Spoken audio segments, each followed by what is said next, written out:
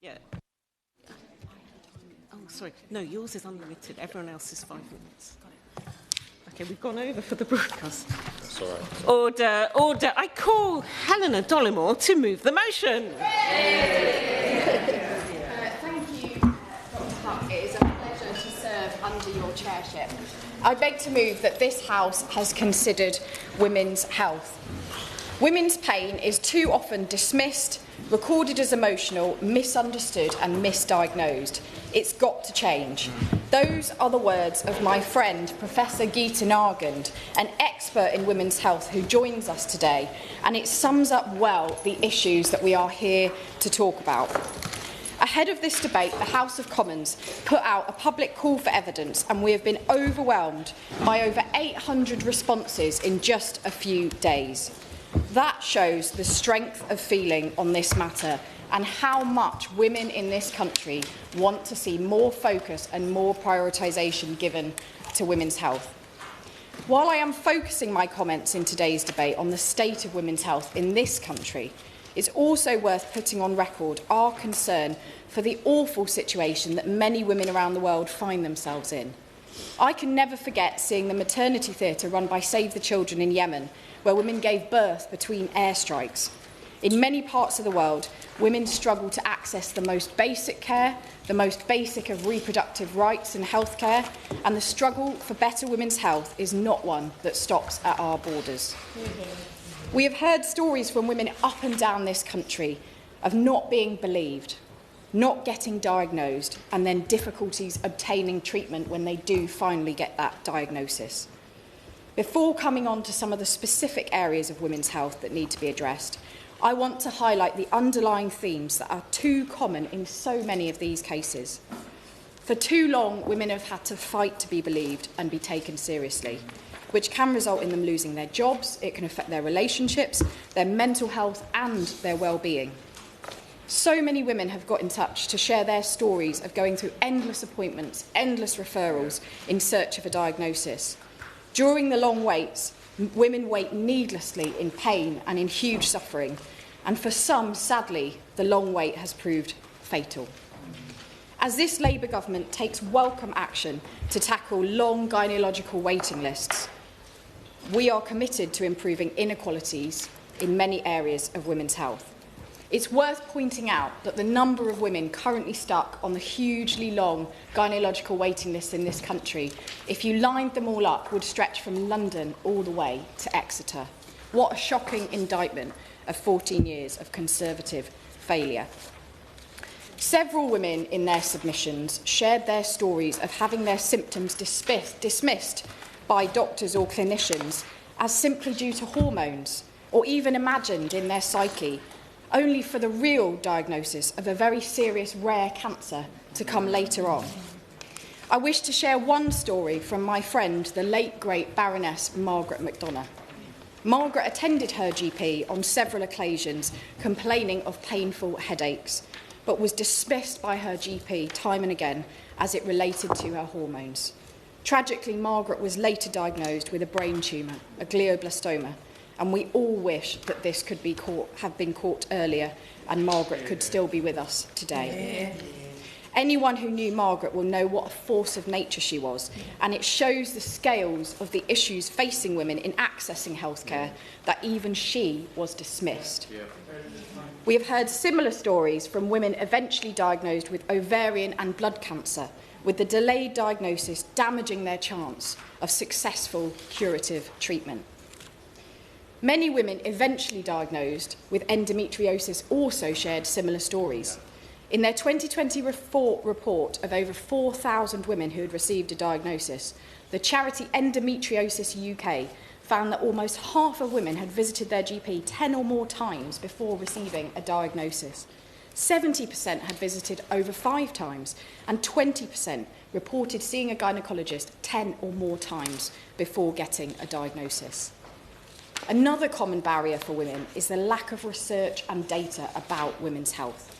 We've all been made familiar with the gender data gap and the consequences for policy making by Caroline Criado Perez's excellent book, Invisible Women. The gender health gap is stark. The Women and Equalities Committee report published in December, quote, I quote, said that past research has shown that 5 times more research is conducted into erectile dysfunction than premenstrual syndrome. This is staggering, considering that 19% of men are affected by erectile dysfunction, while 90% of women have premenstrual syndrome. Over-the-counter Viagra was available a full 6 years before chemists in this country were able to provide medicine over-the-counter for urinary tract infections. It's clear that far more attention and focus needs to be given to women's menstrual cycles and treatment for conditions related to this, including the menopause. Why is it that over a decade of being at school in this country, I learned all about many obscure topics like oxbow lakes, but never about the menopause, which affects 51% of our population, and everyone will be affected by it, whether they experience it as a woman or their mother, daughter or wife does. We are rightly seeing more focus given to the menopause, thanks to the work of many campaigners, but I want to give particular mention to my friend, the Honourable Member for Swansea East, for her championing of this cause. She and many others have rightly highlighted the shocking delays for women accessing HRT treatment, a medicine that plays a critical role in alleviating the symptoms of the menopause, helping millions of women in the UK manage what is a natural life transition. One of my constituents, Kate, wrote to me to describe her struggle to access adequate treatment for the pain that she has been suffering and how she was not taken seriously by medical professionals. She says, and I quote, "At one point I was experiencing such a high level of pain that I was sent by the GP to A&E with suspected appendicitis. After tests confirmed what I said all along, that it was endometriosis, I was confronted by a doctor who demanded to know why I was there in A&E and what I thought they should do to help me. When I said that I'd been clear that I thought it was related to endometriosis the whole time, she dismissed me and said, 'We don't deal with menstrual issues in A&E.' I left the A&E in tears and pain and have since avoided going despite experiencing acute pain." Another area of great importance in this debate is maternity services. I recently had the chance to visit my local maternity unit at the Conquest Hospital in Hastings and see the fantastic care that local midwives are giving women. Midwives are working really hard and have our full support, and we need to ensure we are doing everything we can to tackle the retention crisis in midwifery and encourage more young people to enter the profession. We've heard harrowing evidence in the numerous reviews commissioned into maternity services at a number of hospital trusts of the same mistakes being made over and over again and lessons not being learned, with tragic consequences of women and babies losing their lives or experiencing traumatic births. It's got to change.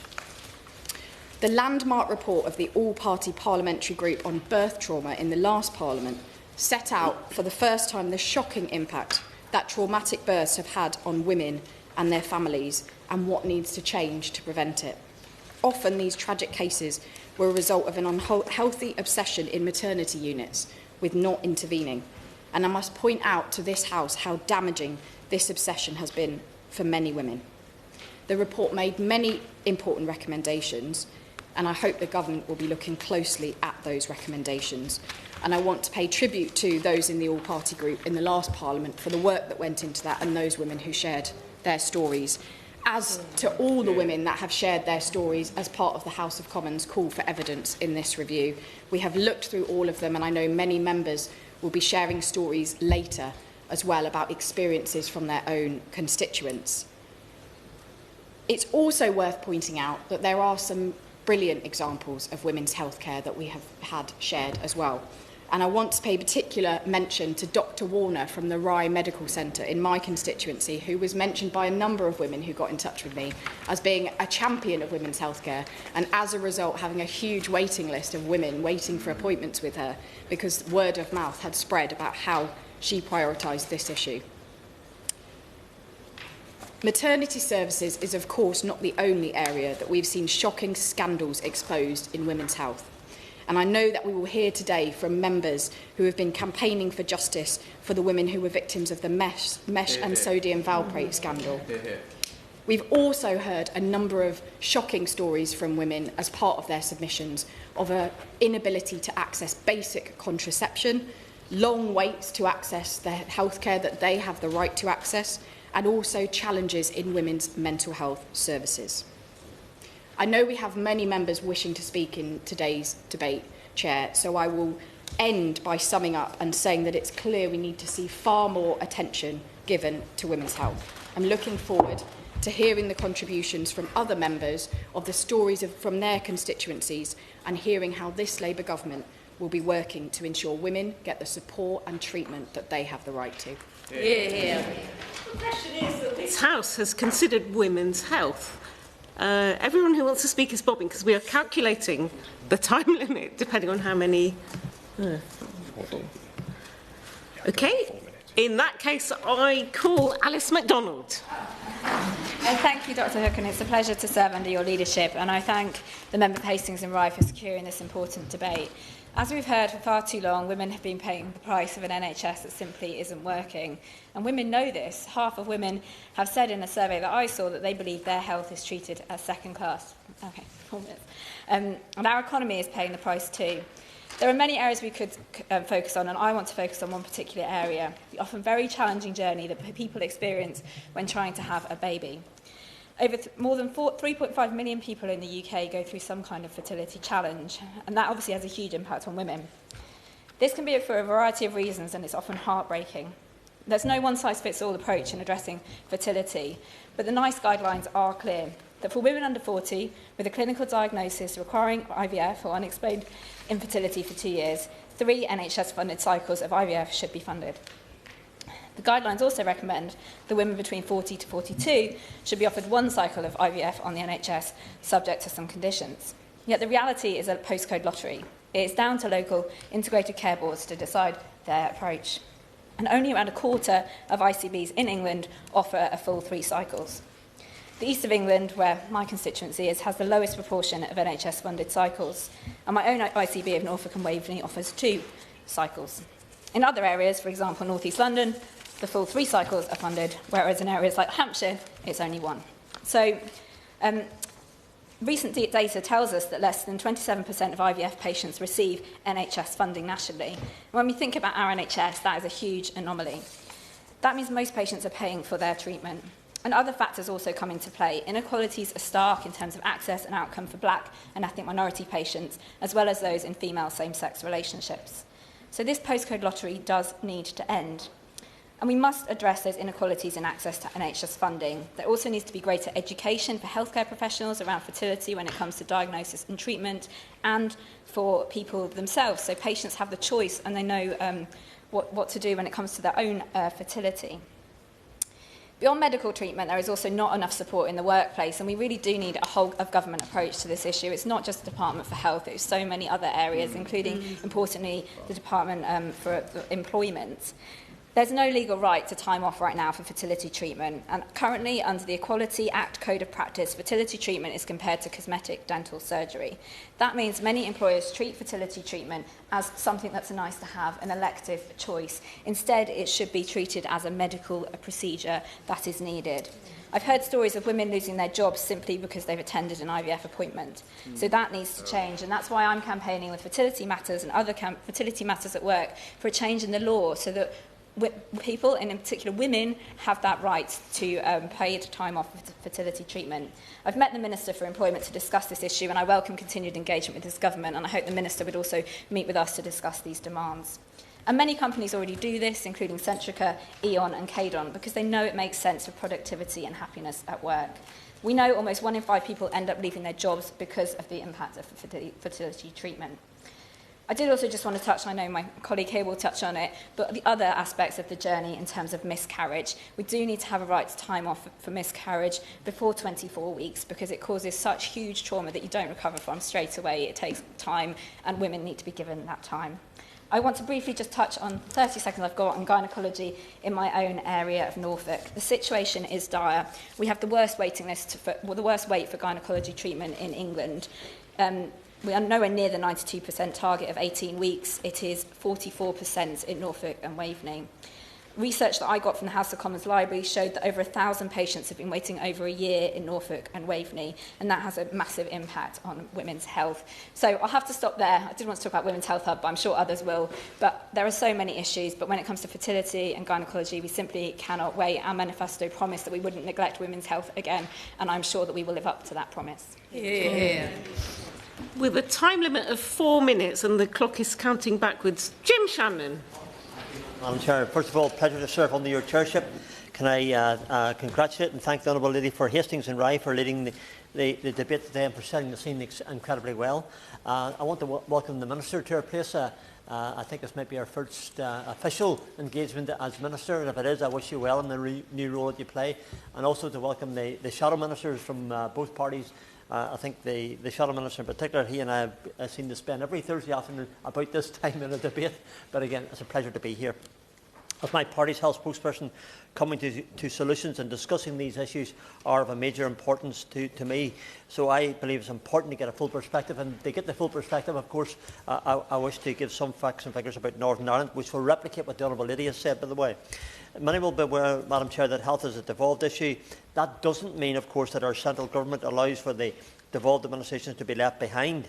The Department of Health back home launched a women's health survey in late 2024, just past there. Honourable Lady, and her introduction referred to that being done as well. It closed on the 31st of January this year, which aimed to address and focus on women's healthcare needs and experiences to help shape future planning for women's health services. In a separate women's health survey undertaken by the Community Foundation NI, approximately almost 80% of respondents said they felt unheard by healthcare professionals, and over 30% reported that necessary services were either inaccessible or very inaccessible. So we've got real problems back home in relation to this. I've worked closely alongside many charities raising awareness in relation to endometriosis and PCOS care and the challenges that women in Northern Ireland are facing in relation to gaining access to treatment. Endometriosis UK revealed in 2023 there was an average diagnostic delay of 9 years and 5 months, and an increase from the 8-year delay reported in 2010. So we really have significant issues in the province. As of 2021, Northern Ireland had only one endometriosis specialist surgeon, with some 324 women as a result waiting for that surgery, waiting a long time in pain. So I looked again to the Minister, again, if it's possible, for the Minister to have some discussions with our relevant Minister to the Northern Ireland Assembly to see how we can perhaps maybe address these things together. I want to speak, if I can, very quickly on the menopause. The Honourable Lady for Swansea East is not here. She's in the Chamber speaking on St David's Day. She was a real champion for this and we all recognise her. And if she was here today, she'd be adding to this debate. I employ 6 women in my office of all different ages, and I've always tried to make an effort to be understanding to ensure that they're comfortable in the workplace. Specifically for menopause, there are adjustments that can be made in the workplace to support women, and I would encourage employers to be mindful of this, specifically and perhaps the more male-dominated fields where women could potentially feel more isolated, where women are playing their part. For engineering, for instance, they're in places where men usually had all the jobs, or most of the jobs, and now they aren't. So I think it's time that the employers grasp that and come up with something to help them ladies. And to conclude, Madam Chair, these are some of the ones that I've mentioned. There are many, many more issues, as the Honourable Lady from Hastings and Rye referred to, that we can do. We in this space can be doing more as legislators to support more research and funding into women's health care. I think that's something we should be doing, or indeed need to do more to ensure that they can access what they need. I look forward to working very, very closely alongside the agencies responsible and the respective governments to see what more can be done. I thank the Honourable Lady again for bringing this forward. I look forward to the contributions of many others who will add to this debate. I'm here to help and do the best we can, and I want to bring the Northern Ireland perspective into it, because we're lagging behind badly, and I think we need to step up and do more. Thank you. Sharon Hodgson. Thank you very much, Hook. It is a pleasure to serve under your chairmanship today. And can I start by thanking my honourable friend, the member for Hastings and Rye, for securing this very important debate and her excellent opening speech also. For time's sake, there's been so many things I wanted to talk about, but I'm going to focus my remarks around the importance of women being believed by healthcare professionals and the detrimental effect on women when this is not the case.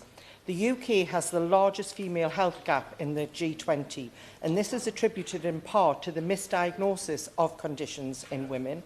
And it's absolutely shocking that 8 in 10 women in this country report not being listened to by healthcare professionals. Dr Hook, these discrepancies extend beyond the confinement of the consultant room. They actively reinforce beliefs amongst wider society that women's symptoms, no matter how debilitating, are normal. This is likely to prevent so many women from seeking medical advice, ultimately putting them at risk. Therefore, this widespread problem does not just perpetuate systemic misogyny, it directly impacts women's health outcomes and endangers their lives. Published in August 22, the 10-year Women's Health Strategy for England included a 6-point plan on how to improve health outcomes and the way that the healthcare system listens to women. Number 1 on the list was ensure women's voices are heard. Dr Hook, in the month of the 1-year anniversary of the publication of the excellent Hughes report, there is no better time to speak on an apt example of what happens when women's voices are not heard. As the chair of the all-party group on First Do No Harm, Mesh Primados Valparate, I campaign for justice and compensation on behalf of the thousands of women who live with the consequences every single day of what happens when women's voices are not listened to. The Mesh scandal in particular exemplifies this perfectly.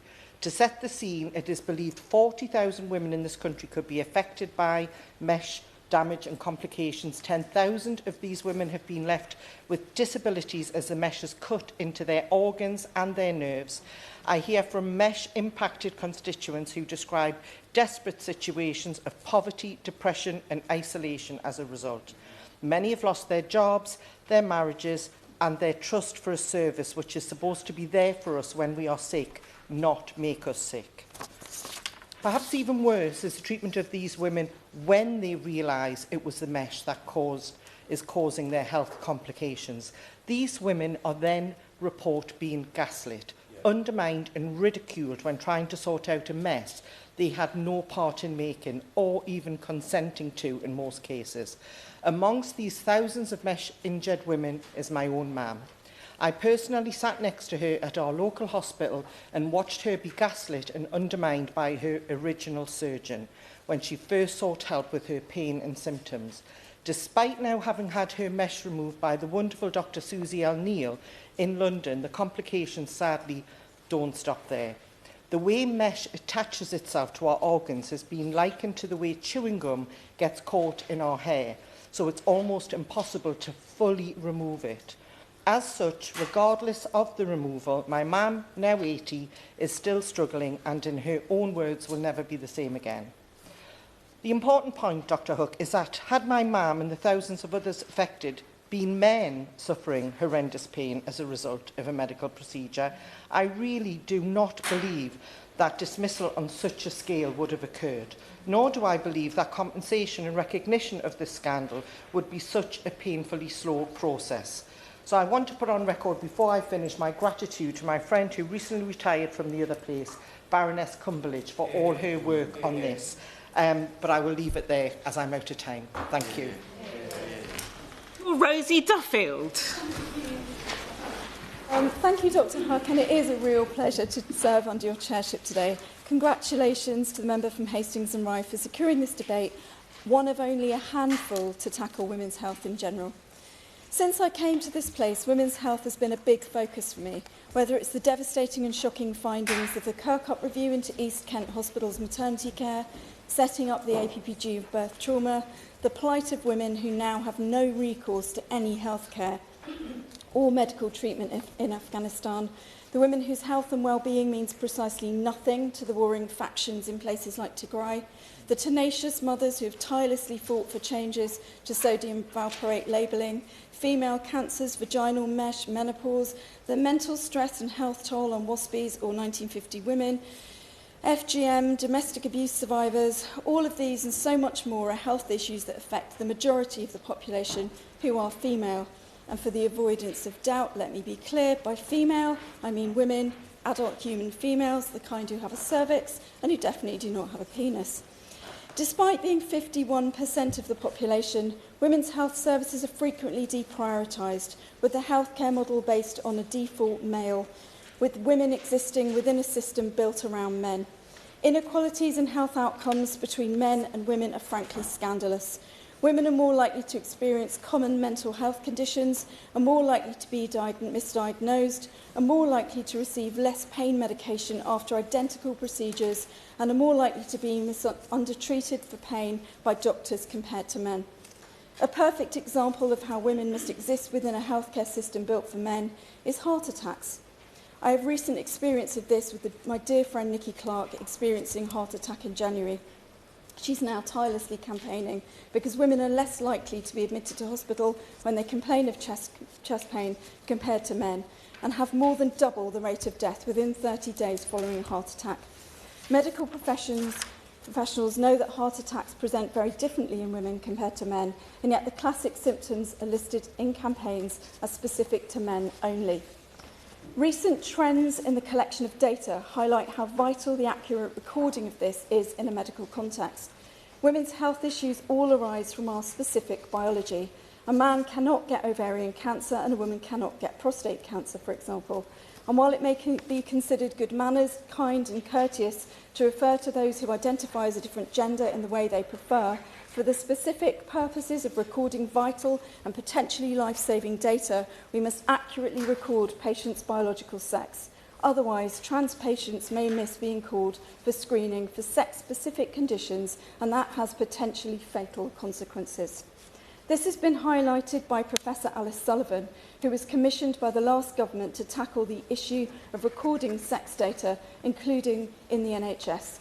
Her review is due to be published, and I'd be grateful if the government could confirm the date for this as soon as possible. In the last 7 years, we've had 7 Secretaries of State for Health and Social Care. It's very hard to get even on the second rung of a ladder when you have to start all over again with explanations, evidence and examples relating to a campaign or specific health issue when every few months the departmental personnel and teams change so very often.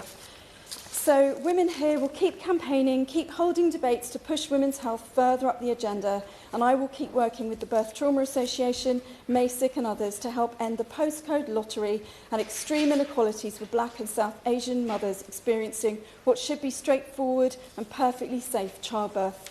Thanks again to all those parliamentarians, campaigners and activists who won't just take no for an answer and who fight every day to bring about better experiences for other women. Sonia Kumar. Thank you, it's a pleasure to serve under your chairmanship, and I congratulate the member of Hastings and Rye for securing this important debate.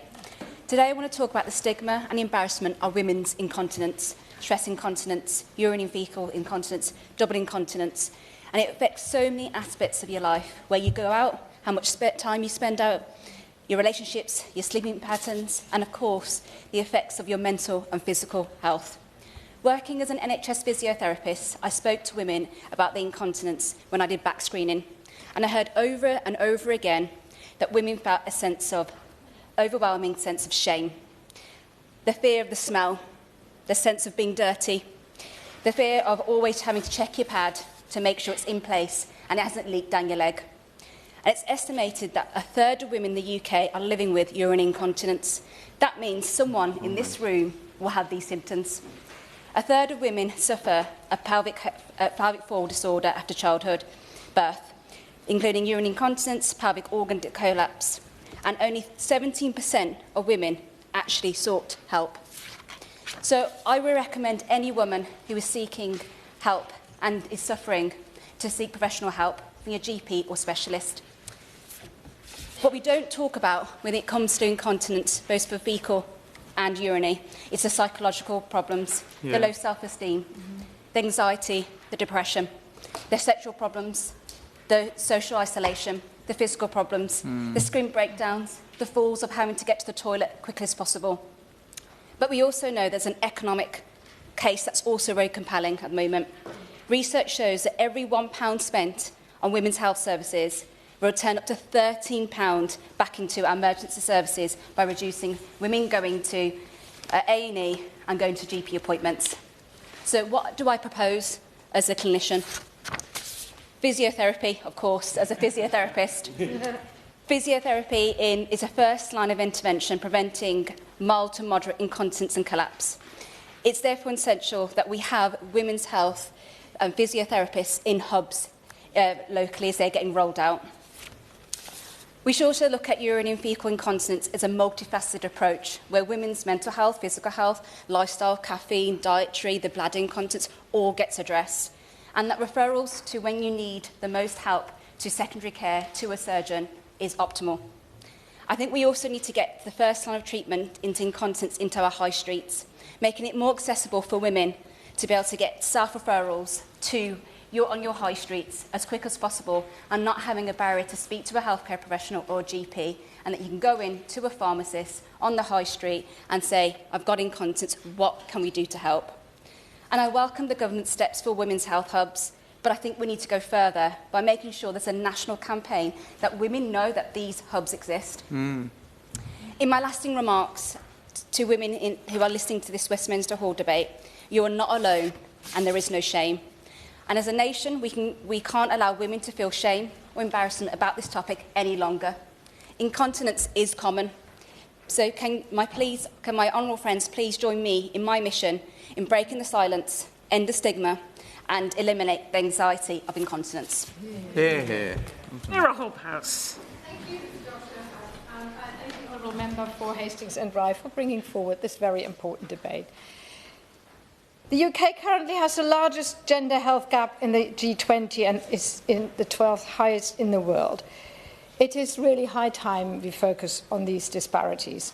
Let me start with breast cancer. Breast cancer, of course, doesn't only affect women, but men also. However, the vast majority of cases are in women, with one woman being diagnosed with breast cancer every 10 minutes. Over the last 20 years, the prognosis for women diagnosed with breast cancer has improved significantly.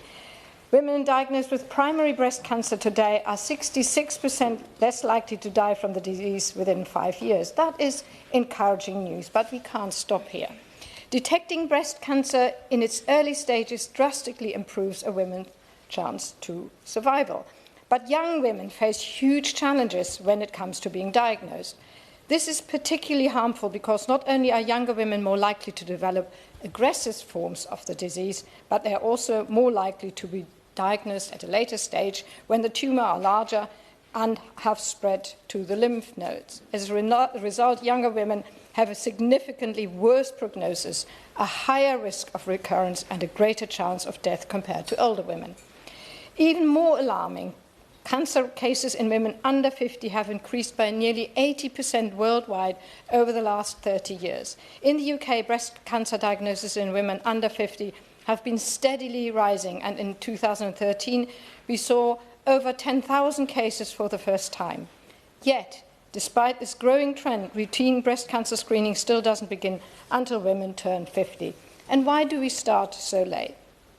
It really is a very alarming trend, and the government must look at it.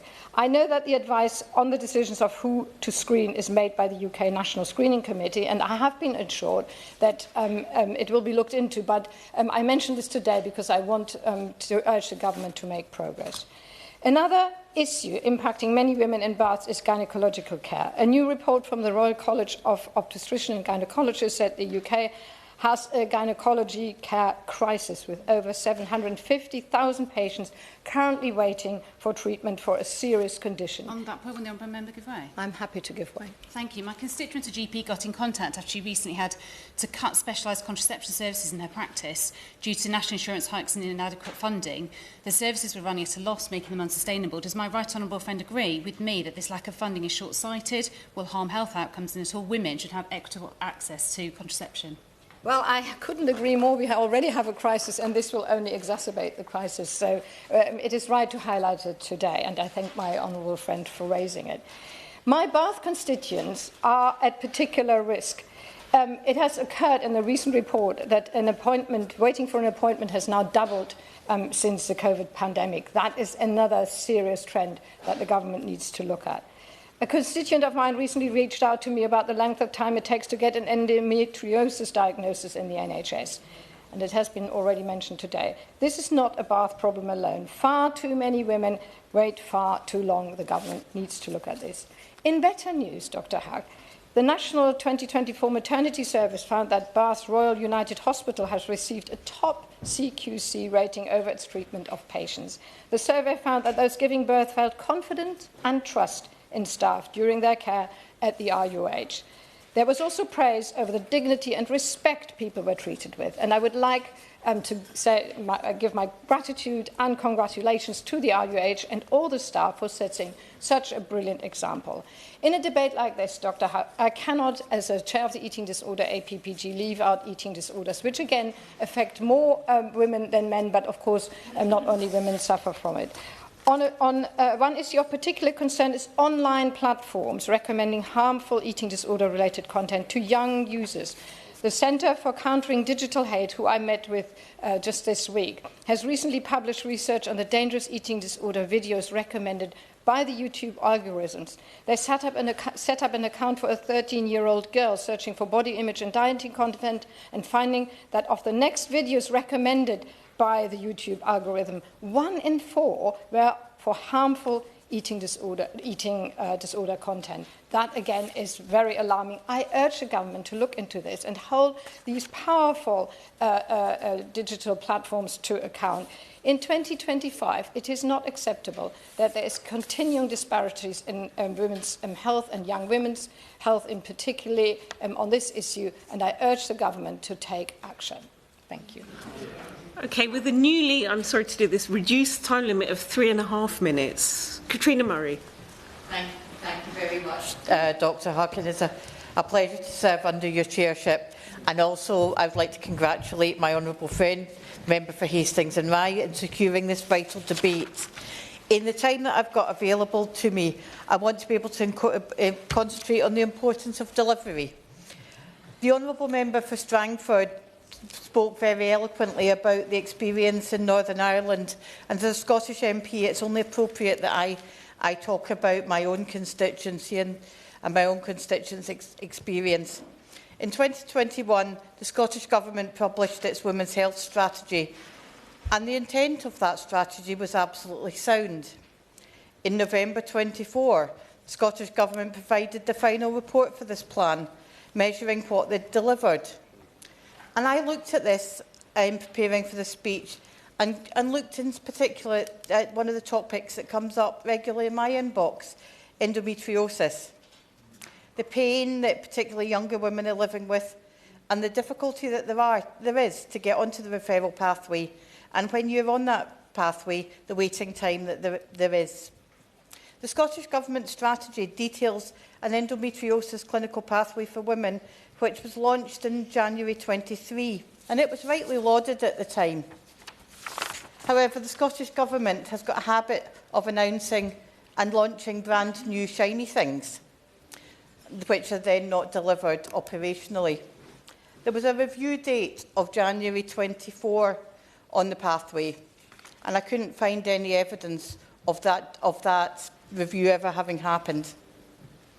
It gives a set of criteria for women to be referred to specialist services.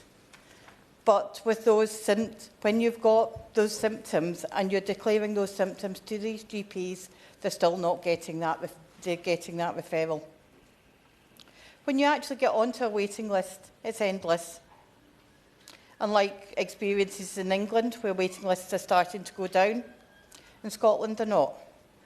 My constituency of Cumbernauld and Kirkintilloch straddles the periphery of both NHS Lanarkshire and NHS Greater Glasgow and Clyde.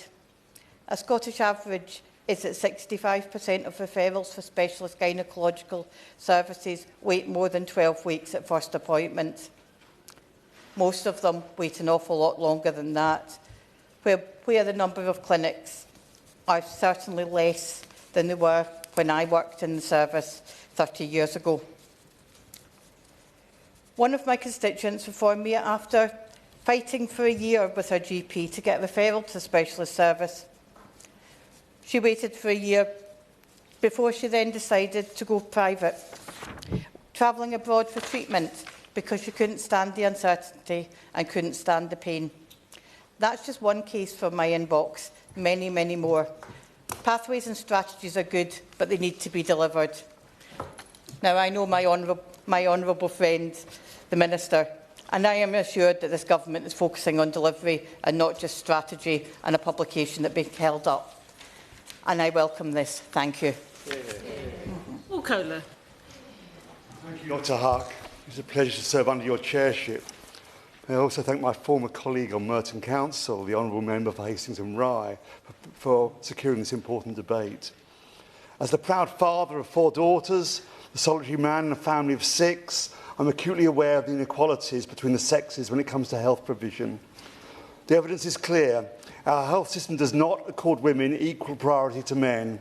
Their health issues are often ill-researched and underfunded, with women more likely to be misdiagnosed, undertreated for pain, and have their symptoms dismissed. From a lack of research funding into women's specific health conditions to medical textbooks using many more images of men, women's health is often marginalised. Women regularly report feeling unheard by doctors. Surveys have found over 80% of women report not feeling listened to by a healthcare professional, with their symptoms being dismissed. As one of my constituents recently told me, every woman I know has a story of their pain not being taken seriously. This is simply not acceptable. As time is short, I would like to focus on 2 issues that I know are key to my constituents and my immediate family. In my constituency of Wimbledon, there's a particular concern around the levels and availability of breast cancer screening. Breast cancer is the most common cancer in the UK, with 1 woman diagnosed every 10 minutes. Every year in the UK, this leads to, on average, 11,500 deaths. This is, however, one of the most treatable cancers if caught in its early stages.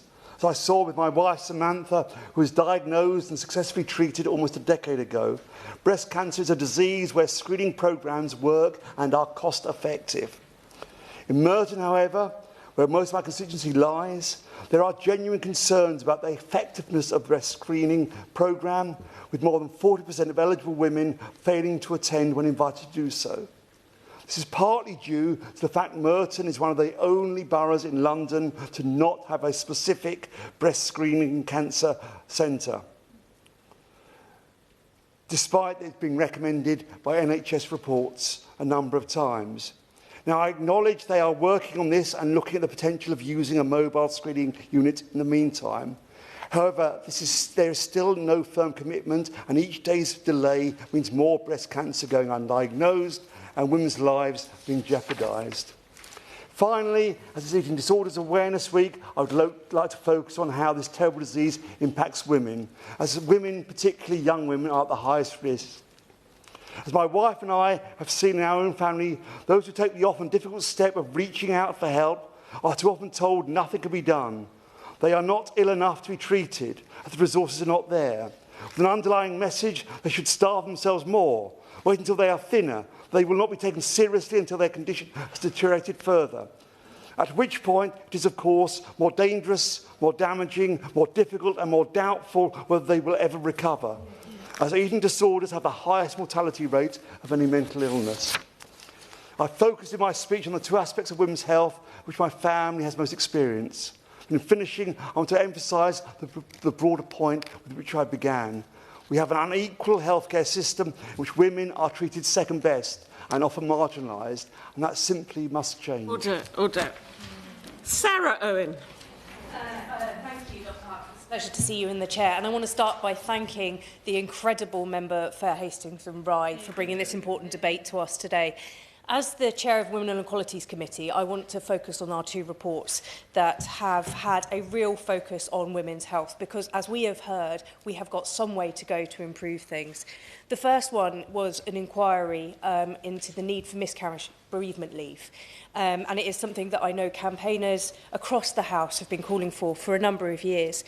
And it is time that the law needs to catch up with public opinion. That is what our inquiry found. That is what our report clearly states. And we have an amendment towards the Employment Rights Bill, which clearly lays out the need for time to grieve following miscarriage. It's not a sickness. Sick pay is not an adequate replacement for time to grieve when it comes to miscarriage and miscarriage bereavement leave. That is what we heard from the brave women and families who had given evidence to our committee. And when I had experienced miscarriage, nobody gave me a squeeze and told me to get well. They gave me a squeeze and they told me, I'm sorry for your loss. And I think it is definitely time that the government caught up with public opinion on this. And there are good examples. The NHS offers time off for bereavement leave for those who miscarry. Dentsu, Co-op Group. And they're not all doing this out of the kindness of their heart. And when questioned as to how much this costs, the largest public sector employer of women, the NHS, when asked at 2 separate select committees, they responded, de minimis, it's negligible, it costs us nothing, and we gain everything. So I think that that's incredibly important. The second one is around medical misogyny, and we have already heard about that. But it is this constant feeling of not being listened to, being told, patted on the head, sent off, told to get a hot water bottle and some paracetamol and just crack on with it. Unfortunately, that doesn't happen to men in that same way. And when we were looking at a title for this report, they said medical misogyny. That seems quite hard. But actually, it's really difficult to describe anything else. When women are subjected to painful procedures like IUD insertions or hysteroscopies without any pain relief, when training is far too low in gynecology, and one of the recommendations is that actually it becomes part of mandatory rotation, gynecology, more than half of women, of the population of women, and yet we are not seeing our medical practices reflect that. And when it comes to period poverty, we are still seeing women on low incomes and girls on low incomes really struggle with that. 1 in 3 women and girls struggle with heavy bleeding. 1 in 10 women and girls experience adenomyosis or endometriosis. The average 8-year wait for diagnosis for endometriosis and adenomyosis is far too long. Our recommendation was to make that 2 years. That is still 2 years too long, but it is a vast improvement, and I look forward to hearing from the NHS and their response to that report. We know it's a chunky report, and I really look forward to that response. In terms of the time that I have left, progress is not inevitable, and this is not about making women wait any longer, and it's not about at the expense of men's health either. We all benefit when we see women's health improve. Thank you very much. Lee Ingham. Thank you, Dr. Hook. It's an honour to serve under your chairship. And I would also like to extend my thanks to my honourable friend, the Honourable Member for Hastings and Rye, securing this debate on such an important issue, which I know is really close to her heart. For far too long, women's health concerns have been underrepresented, underfunded and misunderstood. When reading the elective care reform plan, I was delighted to see the government will increase funding available to increase capacity to tackle the 260,000 women on the waiting list for gynaecological treatment. This government is taking action that is sorely needed to ensure that women across our country receive the care, respect and medical support they deserve. One of my constituents, Suzanne, is a campaigner for women's health and the director of the charity Bladder Health UK, has spoken to me how woefully underrepresented urogynecology is in the medical sector. Suzanne told me that there is currently no NHS guidance for chronic urinary tract infections, similar to what the Honourable Member for Dudley was talking about, leading to a troubling gap between the lived experiences of women and the way their conditions are being treated. Urologists often fail to refer patients with chronic UTIs to urogynecologists, despite the need for multidisciplinary care. Organisations such as Bladder Health UK have highlighted the importance of ensuring that patients receive comprehensive, specialist-led treatment, and I hope that this will be emphasised by this government. More widely, we need a cultural shift in the way that we approach women's health.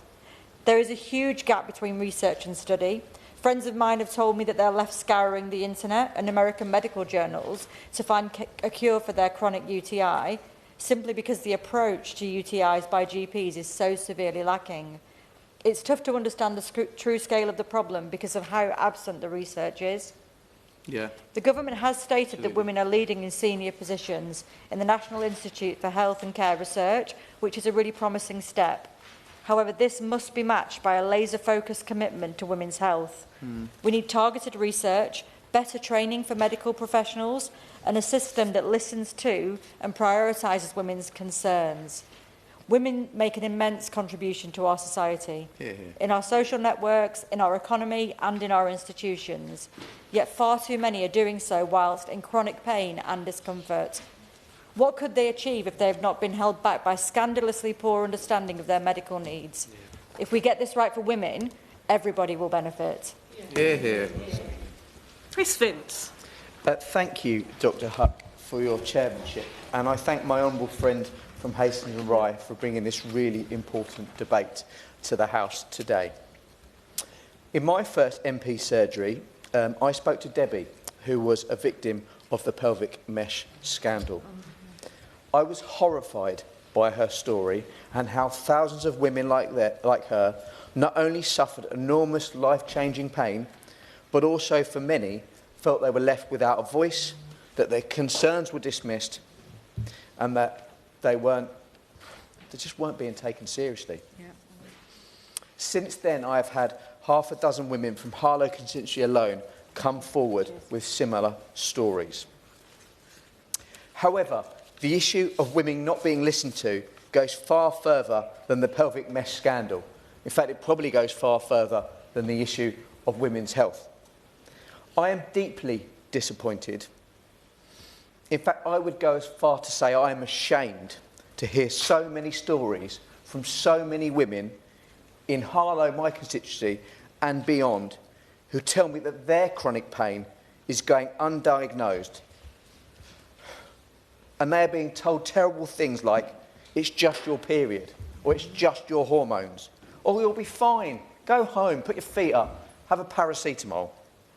That's despite the fact that 10% of women worldwide suffer from endometriosis, a condition which the NHS website itself describes the symptoms as severe period pain that stops you from doing normal activities, heavy periods where you need to change your pads or tampons every 1 to 2 hours, or may bleed through your clothes, and pain when you go to the toilet.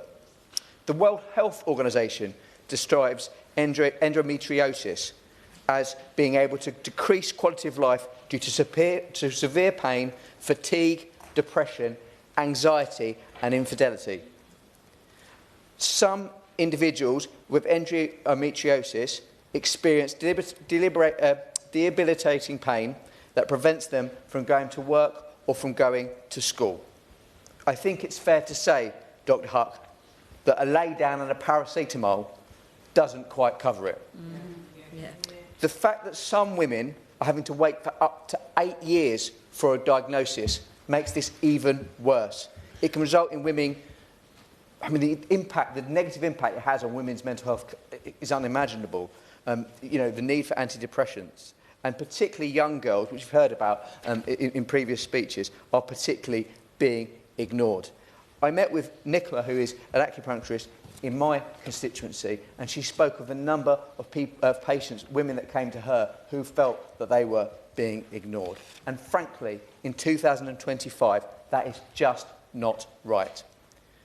My ask to the Minister is let this government be the government that takes women's health seriously. Let's have a charter that says the concerns of women suffering from chronic pain cannot be dismissed. Thank you. It's a pleasure to serve under your chairmanship. It's a pleasure to be here to hear so many brilliantly powerful speeches, and I pay tribute to the member for Hastings and Rye for securing this debate. I'm also pleased to see the Shadow and the Minister, but my speech in my 3.5 minutes, I want to say why it shouldn't be them here. It should be the Treasury Ministers here, because poor women's health is costing this country billions of pounds. We've all talked about the stats today about what that looks like. It's not just about lady issues or even to do with ladies' bodies, it's how women are thought about. 1/5 of women report being called dramatic when they've sought help for their mental health. 27% of those who've spoken up were told their issues could be hormonal. We understand that. But even when we are not awake, we are losing this battle. A 2022 study of trauma patients found that women were half as likely as men to be given tranexamic acid, which reduces the risk of death from excessive bleeding by up to 30%. Literally a life and death division. Women have a longer life expectancy, but we spend more of our lives in ill health. And as we said, even when we go to the doctors, we're not believed. It's also about provision. After all, abortion is healthcare, but it's not a given that you can access it in this country. Or is it a given that you can access sexual health services, because they're not a requirement of general practice, even in 2025. But we do have to talk about lady parts and lady issues. I want to make this more about Wonga than wombs, because we are losing billions of pounds to our economy every single year by failing to support women's health. Absenteeism due to severe period pain, heavy periods, endometriosis, fibroids and ovarian cysts is estimated to cost nearly £11 billion per annum to the UK economy. Women have lost 14 million working days a year to the menopause. Painful periods, an estimated £531 million in sick days. 1 in 4 women consider leaving their job due to their menopause experience. 1 in 10 do. If we change that, it would generate £1.5 billion a year for the economy. But it's a problem that isn't being talked about in terms of an economic loss. 2 in 5 women said that their professional life has been negatively affected by the gender health gap, because they've missed out on important meetings or promotions or pay rises. But the same proportion said they'd never be able to mention it to a manager. That has to change. We also have to recognise this is not an equal experience.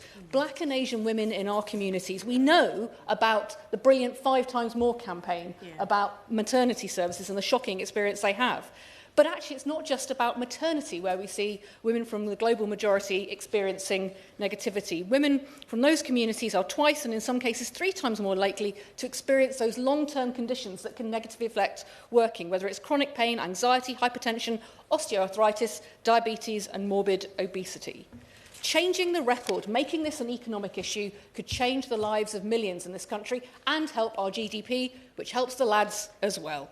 Every £1 of additional public investment in obstetrics and gynaecology services is estimated to deliver a return on investment of £11. In other words, every extra pound gets us 10 times more than that. The gender pensions gap currently rose at 35% because women are living longer. If we sourced out their health, they could work, we could actually get anything back for our economy. So I say to the Minister, please help us make the case to your Treasury colleagues to get you the money you need to get this country moving via the women. Yeah. Final backbencher, Juliet Campbell. Thank you, Dr. Hook, and it's a pleasure to serve under your chairmanship today. And I want to give thanks and also congratulate the member from Hastings and Rye for securing this debate. Chair, menopause is a biological process that marks the end of a woman's menstrual cycle and fertility, and it typically occurs between the ages of 45 and 55. It is a universal experience for women across the world. But the journey to this point is known as perimenopause, which can last for several years. And this is what I'll focus on today. The perimenopausal stage in a woman's health remains in the shadows, under-prioritised, under-resourced by policymakers, employers and healthcare providers alike. Perimenopause is overlooked despite its relevance to health, education, employment and demography. During this transition into the menopause, a woman's body undergoes various changes as it prepares to end its reproductive years, and typically begins in the mid-40s, but can start as early as the mid-30s and last as long as the mid-50s. It usually lasts for about 4 years, but it can extend to up to 8 years. And during the perimenopausal stage, estrogen levels fluctuate, leading to irregular menstrual cycles. And as the ovaries gradually produce less estrogen, it can cause various other symptoms. Now, perimenopause is diagnosed based on symptoms and menstrual history, and the treatment focuses on managing the symptoms, which may include lifestyle changes, less so hormone therapy, and other medications. The symptoms of perimenopause can affect daily activities, they affect work, and they affect relationships. And in my constituency of Broxtowe, women have told me that they've needed to take time off work due to the symptoms, that they didn't understand and needed their healthcare professionals. And we know that absence from work has a significant impact on our economy. And as been previously said, it can cost billions of pounds per year. Some women need to reduce their working hours, they need to take time, extended leave, or actually leave the workforce entirely. And this can affect their career progression, considering how young they are. So at a time when the government is focusing on growing our economy, we cannot ignore the economic cost of not helping and supporting women in their perimenopause. Few women seek help or attention, but due to lack of understanding, they receive very little support. Their symptoms might be subtle, and they will come on gradually, and they may not even know that they're connected to hormone fluctuations of the menopause transition. More women, or many women, do not even understand the signs and symptoms of perimenopausal stage as the menstrual cycle continues. And it's this lack of awareness of an education of the perimenopause among both women and healthcare providers, which leads to underdiagnosis and undertreatment. I raise this issue today because I would like to go back to my constituency and assure them that perimenopause will be included in any future government policy.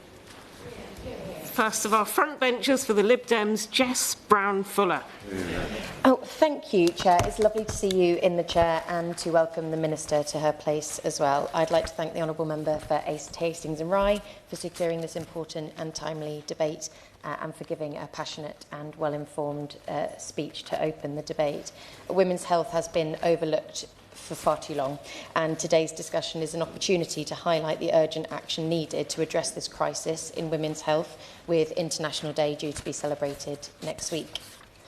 The Forset Society found that nearly 2/3 of women in the UK believe their health concerns are not taken seriously, and more than half have had negative experiences with healthcare professionals. And Chair, I enter this speech very frustrated because during the speech I've had a message from one of my good friends who was ignored 2 years ago when she had pain in her leg, and she's just texted me to tell me that she will now have to undergo a course of chemotherapy and extremely evasive treatments so that she can just retain her ability to walk. My friend is in her early 20s and she was ignored. So I'm very cross. And this isn't just a health issue, it's an economic issue, as the Honourable Member spoke about in her contribution. The UK loses 150 million working days every year due to women's poor health and inadequate support. If we want a healthier, more productive society, we must take action to close the gender gap in healthcare. During a drop-in surgery that I ran in my constituency in Chichester, a woman came and told me that when her daughter started experiencing extremely painful periods, with pain outside of her period, all she could do was cry at the thought of her having to go through the same painful process with healthcare professionals that she had been through herself in getting a diagnosis for endometriosis, which took this lady 9 years. Gynecological waiting lists have more than doubled since 2020, the biggest increase of any medical speciality. And at the end of last year, 755,000 women were waiting for treatment. Behind every number is a woman experiencing chronic pain, worsening mental health and disrupted daily life. And 1 in 4 women with a gynecological condition will end up in A&E because they couldn't access the care that they needed in time. And yet the NHS is failing to prioritise these urgent needs. The Royal College of Obstetricians and Gynaecologists has been clear. This system needs a complete overhaul so gynecological care is given the attention it deserves. An example of this is at St Richard's Hospital in my constituency of Chichester, which does not have a specific gynecological ward. This means that women with gynecological issues or having received treatment are placed across several other wards. This could negatively impact their treatment as it makes it more difficult for them to receive urgent specialised support in emergencies. And as the Honourable Member for Luton North said, the clinicians do not have to do gynecological training as part of their mandatory training. And delays in female cancer care are alarming. Between April 2021 and March 2024, 2,980 people waited over 104 days to start treatment on the 62-day urgent suspected breast cancer referral route. And the Honourable Member for Bath remarked that younger women have much worse prognoses due to a lack of breast cancer screening until women are 50.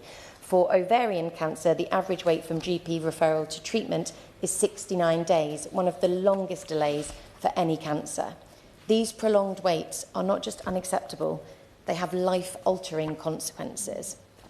Because for generations, women's pain, particularly in maternity care, has been dismissed. This has created a crisis of confidence in NHS maternity services. Several investigations have revealed fundamental flaws in our maternity care and how it's delivered across England. CQC inspection of 131 maternity units found that 65% of them were not safe for a woman to give birth in, with studies showing that 1/5 of all causes of stillbirth are potentially preventable. The CQC has also warned of a normalisation of serious harm in maternity care. This cannot continue, and I held a debate on maternity services earlier this week, calling for the government to fully implement the recommendations of the Ockenden report, which is urgently needed to reform the sector of maternity care for the better. In 2024, Dr. Huck, the Patient Safety Commissioner estimated that 10,000 women in England have experienced harm as a result of vaginal mesh implants, with campaigning groups arguing that the true figure could actually be closer to 40,000. One woman in my constituency asked me to go to her home because she doesn't leave it. She is a victim of the mesh scandal and she is totally isolated from her community because of it. I am a member of the First Do No Harm APPG, which builds support and raises awareness of the recommendations of the 2020 report by the Independent Medicines and Medical Devices Safety Review, and I was really glad to hear the contribution from the Honourable Member from Washington and Gateshead South, who talked about the women living in poverty, isolation, in pain, and so often dismissed by the professionals. And the review found that those suffering adverse effects from medical treatments, including vaginal mesh, found a system that was disjointed, siloed, unresponsive, and defensive. And so many of those women are still waiting for compensation, and that's a national scandal and a grave injustice, and I appreciate all of the work that the Honourable Member is doing with the APPG. So the Liberal Democrats would ensure that medical scandals which have disproportionately harmed women in the past can never be repeated, including the introduction of a statutory duty of candour for public officials. We as Liberal Democrats believe that every woman deserves high quality, safe and accessible healthcare.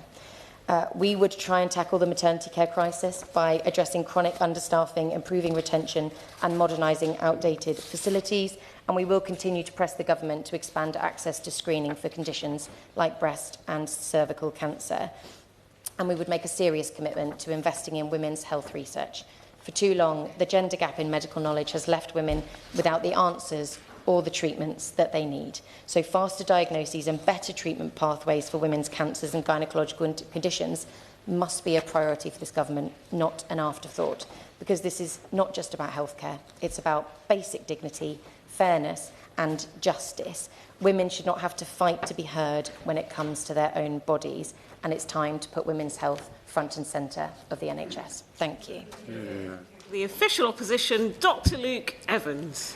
Many thanks, Dr. Huck. May I too welcome the Minister, and gosh, what a debate to come into on such a wide-ranging field. I'm so glad she was ably supported by the member of Hastings and Rye, who did a fantastic effort on managing to cover off so many topics. And when I came to look at this, I thought, how's the best way I can try and touch on many of these topics? And I thought maybe a physiological view would be quite useful, maybe starting with birth. And we had earlier in this week a debate around maternity services, and the point is this, that there is an explicit risk in pregnancy and birth, but we should do all we can to mitigate those risks. And we know from the last 10 years the maternity mortality gap has reduced by 5 times, but it's to 2 times, but still much more can be done. And I'm pleased where we heard that the government was working through getting the Ockenden recommendations in place. But that leads us on to talking about postpartum depression, breastfeeding, supporting recovery post C-section delivery or episiotomies. We heard about infertility and miscarriage, and not even mentioning looking after a newborn. These are really tough things to be able to go through. For young girls, they have to deal with body image, a personal hobby horse of mine, and we also heard about eating disorders. Now, we have seen in 2023 an investment of £4 million of new research, but there's still much more to do. And of course, that leads us on to cosmetic surgery and when we need to regulate there. There's menarche and managing periods, not only from the contraceptive angle, but what to do when it's too heavy, too painful, irregular, or not at all. All of these things require time, dedication, and compassion to work through to find out what works for that individual, what can be done to support, inform, and empower that woman. If we turn to the medical problems, we heard about incontinence eloquently, but also polycystic ovary disease and endometriosis, really common problems, hard to diagnose and even harder to treat. But I hope with the rollout of the community diagnostic centres, 161 in total, and the new government committing to carry this on, should make a giant leap forward in allowing women to get the diagnosis that they need. There's, of course, screening. One which hasn't been mentioned is cervical screening. We've talked about breast screening. Screening is so important, I urge every woman to consider it. But what about the successful rollout of the HPV vaccine over a decade ago to dramatically reduce cervical cancer, and now even offering it in 2019 to boys to be able to help reduce that further? Support for both lobular and ductal breast cancer. But one hasn't really been mentioned is ovarian cancer and how difficult that is to pick up and often far too late. Working through life, we have the menopause and the impact it can have on women. Confusion, depression, anxiety, sexual dysfunction. Still not being well understood. Now, the last government, along with many from this House who we've heard, campaigned for better understanding to create a supportive environment. And this is still developing, and long may it do so. Choice is hard too. Non-HRT or HRT. There are pros and cons. And of course, we had the difficulties with shortages during the pandemic. But linked to the menopause and not mentioned is the risk in old age of osteoporosis and fractures. Critical. We know that women are more effective significantly than men, and of course it's much harder to deal with a broken hip or a broken wrist. So I could go on much further, but this is why under the last government women's health was rightly a priority for the previous government, which had almost 100,000 responses to its call for evidence to deal with the gender health gap. The last government published the country's first women's health strategy in 2022 and expanded specialist women health hubs across England to improve access and quality of care for services such as menstrual problems, contraception, pelvic pain and menopause. It improved access to hormone replacement therapy, addressed barriers to health services faced by women who have suffered trauma of things like domestic abuse. But further still, the government appointed Dame Leslie Regan as the first Women's Health Ambassador to step up efforts to improve women's health, and Helen Tomlinson as a cross-government menopause ambassador to find out the experiences of women employed in different sectors. So turning to addressing the issues here and now, I have some questions for the Minister and some context. The Royal College of Obstetricians and Gynaecologists wrote to me on the 29th of January, just before the announcement by the Labour government, saying the following: "We express our deep concern about the speculation of the government's decision to remove the target for all ICBs to set up and run a women's health hub in the planning guidance." It went on to say, I quote, "Removing the target may lead to women's health hubs being closed down and a worrying rollback on the progress made in improving women's health services for your constituents. It's self-defeating for the UK government to close women's health hubs when they are a clear success story for reducing waiting lists and moving care close to home, and they should instead be ring-fenced funding and expanded." Now, I know the Minister cares deeply about improving women's health, but it's hard not to see this as a potential rollback. So question number one, what commitment can the government give in light of dropping these targets that women's health remains a priority? Question two, to help demonstrate this commitment, would the government consider the call by the Royal Obstetricians and Gynaecologists for sustained investment in expanding women's health hubs? And would, considering what we've heard today from the benches from the men from Walthamstow and Luton North, would they make a request in the spring statement and spending review to see that this would be the case? If not, why not? Now, I've spoken in the past in this chamber about looking at previous work. So my third question is, how many times have the government met with the Women's Health Ambassador since the general election? And can she set out how this role would work alongside the government's new menopause ambassador? I hope in asking these kind of questions, it will kickstart the system into looking how we can improve women's health. In the short time I have left, it would be remiss of me not to pick up on some of the key issues present at the moment, namely osteoporosis, menopause, workforce and waiting lists. Now, there's been some concern about the Labour government's commitment to its own promise of universal fracture liaison services by 2030. The Royal Osteoporosis Society have said, "We all want to believe that ministers will honour their promise, but people with osteoporosis tell us their faith is waning.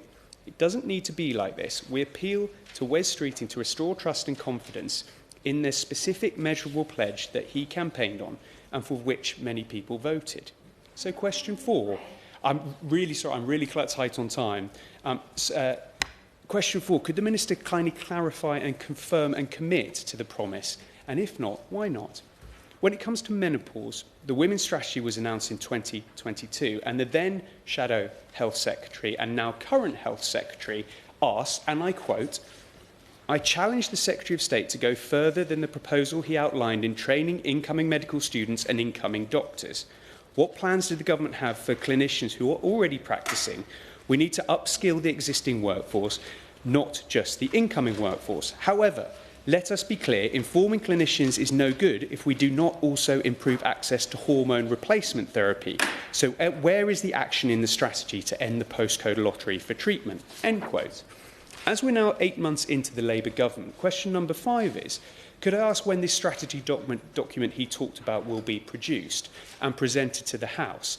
Has he made an assessment and taken since July 2024 about HRT medication access and where it is in its locality? Turning to workforce, we know the demand for women's services is outstripping the supply of generalists and specialist support. The Royal College of Obstetricians and Gynaecologists has highlighted that there are ongoing problems with maternity workforce staffing and have agreed that the NHS long-term workforce plan was a good first step on the way to properly staff maternity services. So question 6, we know the government will be looking at refresh in the summer. And so will the Minister use that time and give an undertaking today that the women's health in both primary care and secondary care will be a priority? And could the Minister update the House on the DHSC commissioned obstetrics workforce planning tool, which it commissioned to help maternity units calculate the staffing requirements? When will that be rolled out across the country? Chair, in closing, given time is tight, I've heard it said that a healthy woman means a healthy family, a healthy community, and a healthier world. I think that's hard to dispute. It's now for this House to deliver it. Finally, for what we think is her first outing in Westminster Hall, although she's a veteran of the chamber already, we call Minister Ashley Dalton. Thank you. Thank you, Dr Hook, and it is an absolute pleasure to serve under your chairship. I congratulate my honourable friend, the member for Hastings and Rye, on securing this really important debate on women's health. And she and all members that have participated today have raised a number of important points. And let me begin by agreeing that reading the Ockenden report is harrowing and progress on women's health has been far too slow. I want to address some key issues that members have raised, and I will attempt to cover as many of those issues as I possibly can. But if I do miss anything, please do get in touch and I will endeavour to fill any gaps after this debate if necessary.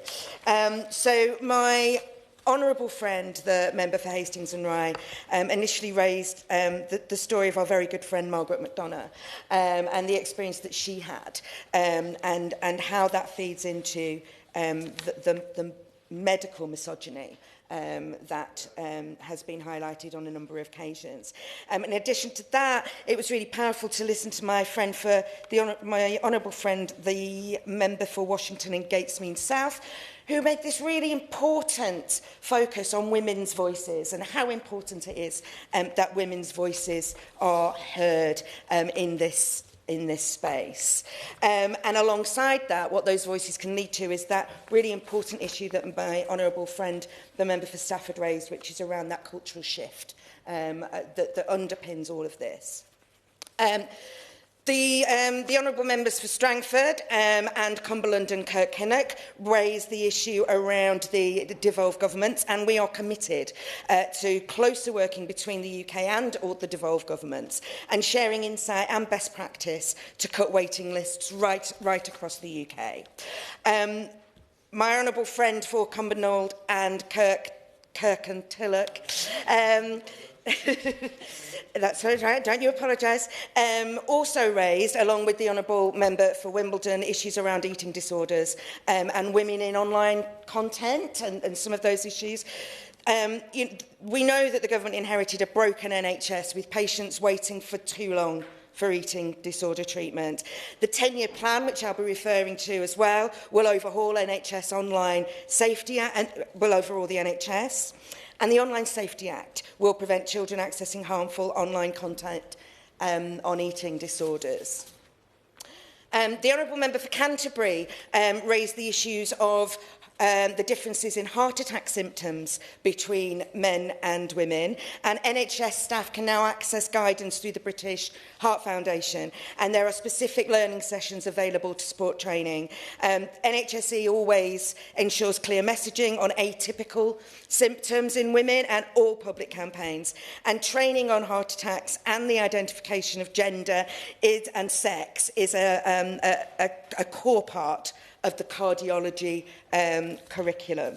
And my honourable friend will also be aware that the NIHR has made a very clear definition on sex and gender and how that impacts in terms of the importance of delivering the right healthcare to everybody. I was also really interested to hear from my honourable friend, the member for Dudley, and her really expert knowledge around perinatal pelvic health services. They are being rolled out across England to ensure that women have got access to physiotherapy for pelvic health issues during pregnancy and for at least 1 year after birth. And the services also incorporate a whole range of interventions aimed at improving the prevention and identification of perinatal tears and other perinatal conditions.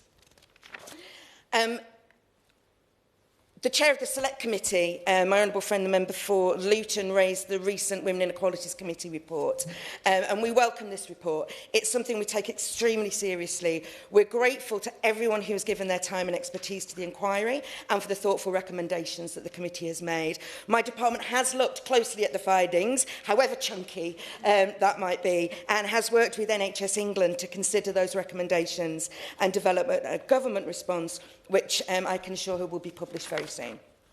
The member for Epsom and Ewell raised contraception. Let me make one thing really clear. We are committed to ensuring that the public receive the best possible contraceptive services.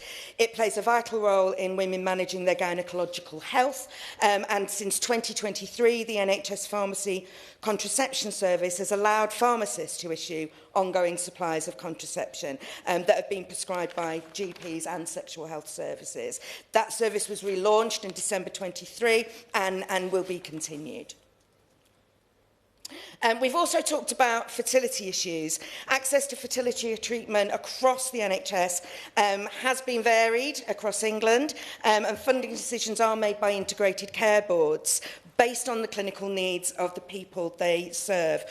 We expect those organisations to commission fertility services in line with the guidelines set by the National Institute for Health and Care Excellence. We recognise that provision is variable across England, and we intend to support ICBs to implement the updated evidence in the revised guidelines to benefit all the affected groups.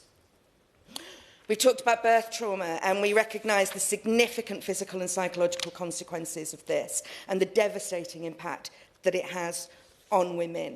And I want to thank all honourable members for their contribution to the APPG birth trauma support, particularly the honourable member for Canterbury, who I know was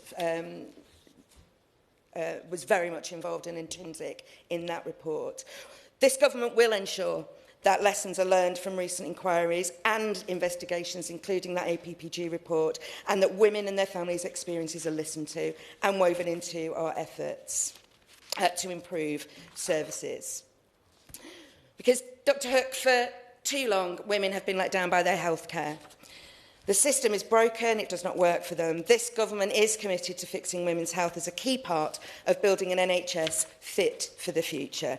And as a first step, we've delivered 2 million more appointments since July, in line with our manifesto commitment of delivering 2 million more appointments in the first year. We've achieved that, and it's 7 months early. That will have included appointments for breast cancer care, gynecological conditions, such as endometriosis, and many, many more. However, we are still nowhere near satisfied with the state of women's health care. And Kate's story that my honourable friend from Hastings and Rye shared is testament to that, I will. Then I need to be particularly pompous about this, but she didn't mention me, it was me who mentioned the online I'm getting there. Could I actually ask her whether we could meet with the eating disorder APPG on the online harm, particularly for sufferers of eating disorders? Minister. I thank the honourable member for her intervention. We'll be getting there and we'll mention you. But I'd be more than happy to have that conversation with her. So in terms of, now for the benefit of the Shadow Minister, I would like to clear something up and dispel some misinformation. We have not scrapped the women's health strategy, nor have we abandoned women's health hubs. Far from it, in fact. We're using women's health hubs to beat the backlog. The future funding decisions around those health hubs will be taken in due course. And I can also confirm for the Shadow Minister that Baroness Merron, who is the Minister with the responsibility for women's health, meets Dame Leslie, the Women's Health Ambassador, regularly. Dame Leslie attended the 10-year plan roundtable in January, which was chaired by Baroness Merron, so I can reassure him of that. When we came into government, we inherited an appalling legacy of nearly 600,000 women on those gynecology waiting lists. It's why my right honourable friend, the Prime Minister, kicked off 2025 with our elective reform plan. The plan states our commitment to offer women gynecological care closer to home, an approach that's been pioneered by those women's health hubs. And as of December, 9 in 10 integrated care boards had at least one women's health hub, some of them more. I will very quickly. Thank you. I just want to make the point that Norfolk we have a virtual health hub. So we are looking at whether the health hubs are working. Can we share best practice and whether that is the best format for a health hub or whether physical would actually be better? I thank my honourable friend for that intervention. That's something we will take on board and consider as we move forward. We've heard a lot about menopause and perimenopause from a lot of members, including my honourable friend, the member for Broxtowe. We are supporting women through the whole menopause process. Menopause and perimenopause symptoms can be wide-ranging and debilitating. So the NHSE is developing a range of tools and interventions to help upskill more GPs in menopause care, including awareness of mental health symptoms during menopause and developing a menopause workforce support package for employees. I can also confirm that we are using community diagnostic centres to pilot pathways for women that suffer particularly from postmenopausal bleeding. I will very quickly, but this will be the last one. HRT medication and making sure there's equal access across the country. That's something I will come back to him on, but thank you for raising that issue. We've also talked a lot about what underpins this, which is research and innovation, and my honourable friend, the member for Stafford, raised this particularly. We're taking strides in vital research. By the spring, the NIHR expects to launch its sex and gender policy, which will ensure that research is designed, conducted and reported in a way that accounts for sex and gender, which I know the honourable member for Canterbury raised. This is going to support our understanding of how women might be impacted differently by health conditions. The honourable member for Bath talked about, we talked about eating disorders, but also about breast cancer, and I know a number of people have raised that. Right, lovely. And that's something that's really important to me, as I'm sure she'll appreciate, as I was diagnosed with a breast cancer under the age of 42. So that is something that's important. So there's health in the workplace continues to be a real important issue for us, and we are dealing that in terms of our Make Work Pay strategy and the Employment Rights Bill, which will set out some of those steps, including support for women experiencing menopause in the workplace. Sodium valproate and pelvic mesh the Cumberledge Review made 9 recommendations, of which the then government accepted 7, and the national pause, I can confirm, remains in place. Order, order. Sitting stands adjourned until Monday, 4 o'clock, I think, isn't it? Yeah, 4:30. OK, we got everyone in anyway, that is one thing. Very popular debate, but no time for a wind-up, I'm afraid. Too popular.